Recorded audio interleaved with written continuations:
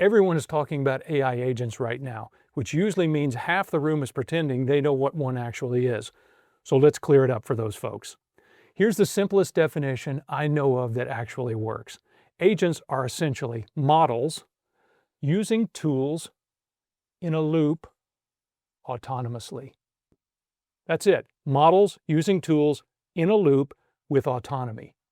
You kick off the process by telling the agent what you want it to do, what the objective is, and then it figures out how and actually does that thing all by itself.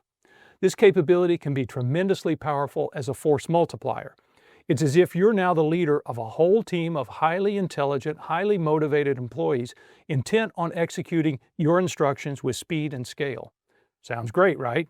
Well, to err is human, but to really mess up requires a computer. And that's what can happen if you don't make sure that your agents are secure and operating under your control. In this video, we're going to take a look at the top 10 ways an agent can get hijacked by an attacker and how to prevent it from happening. OWASP, the Open Worldwide Application Security Project, is an industry consortium known for its top 10 vulnerabilities lists. For more than a decade, they've been producing a top 10 for web applications, and in the past few years, they've taken on large language models as well. In fact, I've done some videos on these. We're going to use their recent work on AI agents to examine and inform how we should be securing them. So let's start with looking at the overall architecture of an agent. So an agent is basically got three major components to it. It's got inputs, it's got a processing or thinking, reasoning component, and then it's got some outputs. So what goes into each of these? Well, the inputs, this is basically where one example of inputs could be a prompt. You know, a user here is going to type something in and that goes into the system. Another example is our system could be called by an API. So we could have a system where the API is in fact calling our agent, and that's what's kicking it off. It could also be another agent that's calling our agent. So these are basically the inputs or the perception part of the agent. Now there's the real thinking, the processing, the reasoning part of all of this here in the middle. This is where we're going to have the reasoning that occurs. But we don't just want reasoning, we want it to also be informed by things like data sources. So we're going to have data sources that are training the models that are used in this, because remember I said an agent begins with a model. Here's the model. Well, the model begins with data. And we might have other data sources as well. So we could have something like a RAG data set, a retrieval augmented generation data set that is feeding in here as well. And actually it's probably feeding in more this way, but you could use it in either context. And then we're also going to have a policy component because we want this thing to be able to basically operate under the rules that we have for it. And then ultimately, we need to have a human in the loop. And the human in the loop is going to be the oversight component of all of this. So that's really the processing components of all of this.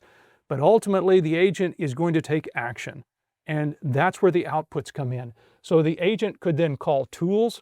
It could call another API to kick off yet another program that's going to do something, write something in a database or something like that. Or it could delegate some responsibilities to yet another agent. So here you see the possibility of an agent calling an agent to do something, which then calls yet other agents. And you can see how this thing gets really complex in a hurry if all of this is operating autonomously. If it's working well and it's following the policies and the humans are overseeing it, we're good. But there's a lot of areas here that someone could trip this thing up. So this architecture is really powerful in its ability to amplify human capabilities. But if we aren't careful, it can also be a risk amplifier. So let's take a look at the top 10 list of vulnerabilities for AI agents according to OWASP. Number 1 on their list, agent goal hijack. Agent goal hijack occurs when an attacker manipulates what an agent is trying to achieve, not just what it says. Agents can't reliably distinguish instructions from content, which means that hidden prompts in documents, in emails, or web pages can silently redirect planning and execution. Once the goal shifts, the agent behaves correctly, but toward the wrong objective. Number 2 on the list, tool misuse and exploitation. Agents have the potential to misuse legitimate tools that they're authorized to use. Overprivileged access, ambiguous instructions, or unsafe chaining can lead to data loss, exfiltration, or costly actions without any exploit. The risk comes from autonomy combined with weak guardrails. That's a bad combination. Number 3, identity and privilege abuse. Agentic systems frequently operate without a clearly governed identity. Agents inherit user credentials, trust other agents by default, or reuse cached access, enabling privilege escalation and confused deputy attacks. Without task-scoped, time-bound permissions, least privilege breaks down. Number 4, agentic supply chain vulnerabilities. Agentic systems dynamically load tools, prompts, plugins, and even other agents at runtime. A poisoned registry, descriptor, or MCP server can inject malicious behavior instantly across many agents. This turns the supply chain into a live, continuously exploitable surface. Number 5 on the list, unexpected code execution. Many agents generate and execute code automatically. Prompt injection, unsafe serialization, or tool chaining can escalate into remote code execution or sandbox escape. Because the code is generated dynamically, traditional security controls often fail to detect it. So that's the first 5 list of vulnerabilities. Let's roll through the final 5. Number 6, memory and context poisoning. Agents rely on stored memory to reason across time. Attackers can poison that memory through uploads, RAG sources, shared context, or peer agents, causing future decisions to become biased or even unsafe. The danger lies in persistence, not just the initial injection. Number 7, insecure inter-agent communication. Multi-agent systems depend on constant message exchange. When agent-to-agent communication lacks strong authentication, integrity, and semantic validation, attackers can spoof, replay, or manipulate instructions. This enables coordinated failures that are really hard to trace. Number 8, cascading failures. Cascading failures occur when a single fault spreads across agents, tools, and workflows. Autonomy, delegation, and persistent state allow errors to amplify faster than humans can intervene.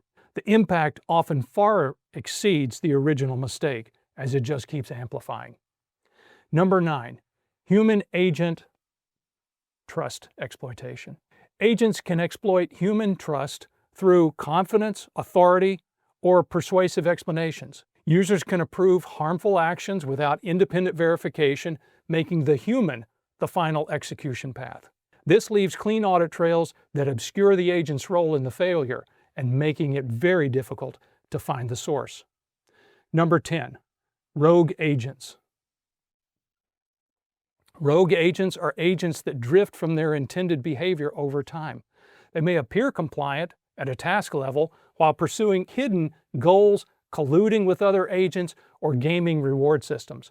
This represents a loss of behavioral integrity rather than a single exploit. So there you have the top 10 list of vulnerabilities for agentic AI systems according to OWASP. Go take a look at their document to learn more about each one of these attacks and also what you can do to prevent them.